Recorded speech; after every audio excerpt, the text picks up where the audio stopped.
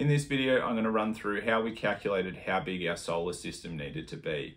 And for that, I'm talking how many watts in terms of solar panels and how many amp hours of batteries. So this is something I see so many questions about on Facebook groups and things like that, where people are unsure and they don't know where to start. And it's something I made a mistake in the first time I did my calcs. And I'm going to talk about that as well. So first up, we're going to look at the main components in the system. We've got our batteries. Here I'm talking about house batteries, and this is what's going to be powering everything. So these are usually measured in amp hours. Over on the right here, we've got an example of a Renogy 200 amp hour battery, and that's what we'll be using. I'll also note that we're focusing on a 12 volt system, as this is most common for van conversions. Next up, we've got solar panels. These are usually measured in watts. Over here, we've got an example of a Renogy 200 watt panel, and we'll be using those as well. And the last thing we're looking at are appliances. So these are either going to be measured in watts or amps and voltage. So down here I've got a couple of examples. Here's a light bulb and it's rated as a 14 watt bulb. And over to the left is a photo of the side of the water pump that we're going to be using. So it's a 12 volt pump and it has an amp rating of 5.2 amps. I'll also note that any battery operated appliances like laptops and phones will have an amp hour rating, but then the chargers will also have a power rating, which is usually in watts or in amps and voltage. Alright, so moving on to calculating your power usage. So the first thing you want to do is make a list of all your electrical appliances. This is everything from lights, fridge, fans, laptops, all that sort of thing. Then work out the power needs of each of these, and that's going to be either in watts or in amps and volts. Now it's really important that we're talking apples with apples here. So if your appliance has a rating in amps and volts, it's best to convert that into watts. So you can do that using Watt's law, which is power in watts is equal to volts times amps. Once you've got that, it's just a matter of estimating how long each appliance will be used per day, and then you can calculate your power needs in watt hours, and this is just multiplying the watt rating by the hours of use per day. So not comparing like for like was something that I made a mistake with when I was doing our calcs the first time. And this is what I did. So this is the battery out of my mountain bike, and it's a 17.5 amp battery. So when I was doing the first lot of calcs, I was just doing everything in amp hours because that's what the house battery comes in. So I just chucked 17.5 amps in. As another example, this iPhone has around a 3.3 amp or 3300 milliamp hour battery. So if you look at just the amps, you'd go, well, this is 5 times smaller than that in terms of battery storage. But I hadn't factored in the voltage.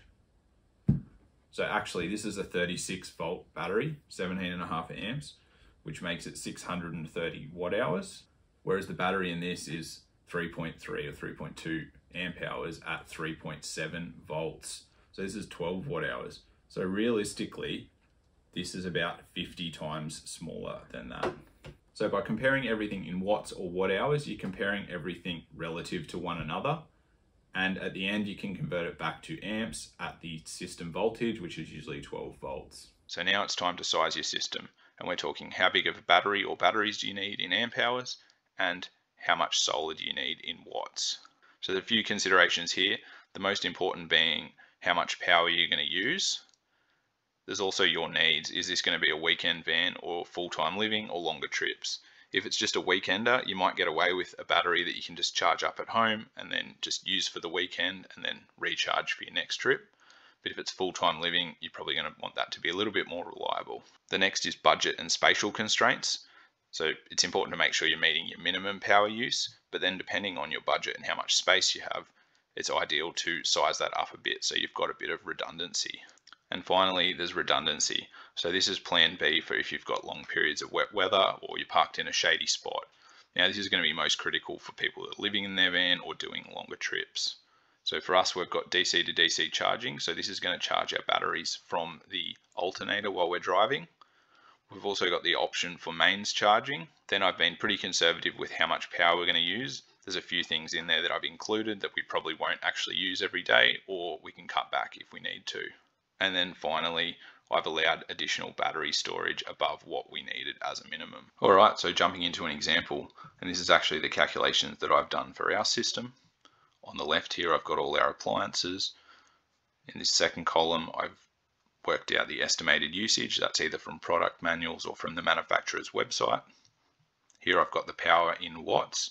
I've converted it to watts where I needed to, where we had amps and volts. Then I've worked out how long each appliance will run per day, and then the watt hours. I'll go through a couple of these examples. So the first one's the fridge. It's got a 60 watt max rating, or typically between 2 and 4.5 amps. The manufacturer reckons it uses an average of 1.4 amps per hour at 12 volts, and that's in 25 degrees over a 24-hour period. I've conservatively assumed about 2 amps per hour. So for here, 2 amps times 12 volts, it's going to give me my 24 watts. That's going to run for 24 hours a day. 24 times 24, 576 watt hours that will use in a 24-hour period. Jumping further down the list, we've got our downlights. I'm estimating 5 downlights. The lights I'm planning to use are 3 watts. So I've got 5 of those at 3 watts is 15 watts. I'm estimating they'll be on about 6 hours a day. 15 times 6 is 90 watt hours. Jumping down to the water pump, it has a 5.2 amp max rating at 12 volts. So I've done 5.2 times 12 volts. That gives me 62 watts. I'm estimating that'll probably be on for about 15 minutes a day. 15 minutes or a quarter of an hour times 62.4 watts gives me 15.6 watt hours. I'll jump down here as well and do an example on a battery. So there's 2 ways you could do this. One is just what is the capacity of that battery, or what does the power plug use when it's plugged in and how long will that be on for. So I've just used the battery capacity rating and just estimated that we'd use 1 full charge of the battery per day. So for example, a MacBook has around an 83 watt hour battery. One thing I haven't allowed for in here is there's probably some power losses when you're charging. It's not going to be 100% efficient, but I've allowed for that down the track. Now you remember that the batteries or the house batteries for the system will be in amps. So it's pretty easy to convert that back. You can just rearrange that Watt's law formula. So over in this column here, I've just got all the watt hours for each appliance. And then down the bottom, I've just tallied those. So you remember that the house battery that we'll be using will have an amp hour rating like that 200 amp hour battery. And that's usually in 12 volts. So I can rearrange the Watt's law formula to convert my watt hours back to amps. And that is just dividing the watt hours by 12 volts. And that will give me 230 amps at 12 volts that I'm going to use in a typical day. So we come across here, I've got my max daily use, which is that 230 amps. What I've set here, I want to keep a 20% capacity minimum as a bit of a backup. This also allows for any redundancies in charging batteries. I talked about not having 100% efficiency and also running the inverter. So converting things from 12 volts to 240 is not going to be 100% efficient. So I've just done this here to allow for that. So from that, I have worked out that I need about 287 amp hours. So realistically, a 300 amp hour battery or 250 amp hour batteries would probably work well. Now, the other thing I mentioned was redundancy, budget, and space.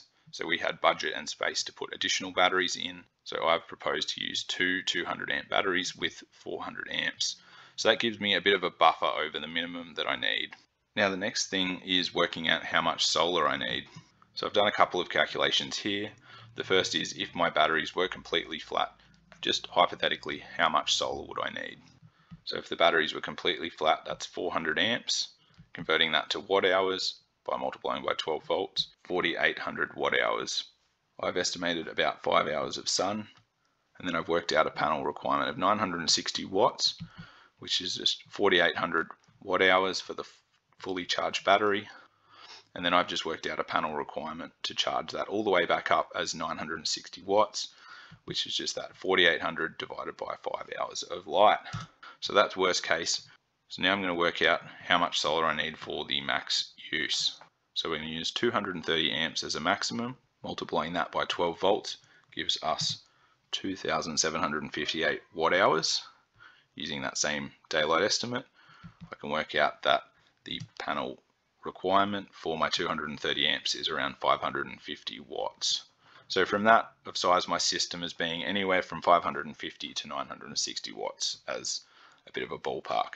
So from there, considering what our use was and the amount of space on the roof, we've gone with a 600 watt system for our needs. So I will make a note here that This is probably a bit of a conservative estimate. So we're really not going to use that 230 amp hours per day. There's a few things in there, like our mountain bike batteries aren't going to get charged every day. They're also not entirely flat when we charge them usually. We've also got our DC-DC charger, so that's going to put an extra 600 watts in per hour while we're driving. So there's a bit of extra power coming in there as well. Hope this video has helped you out. If it has, please give us a thumbs up, subscribe, and we'll see you in the next one.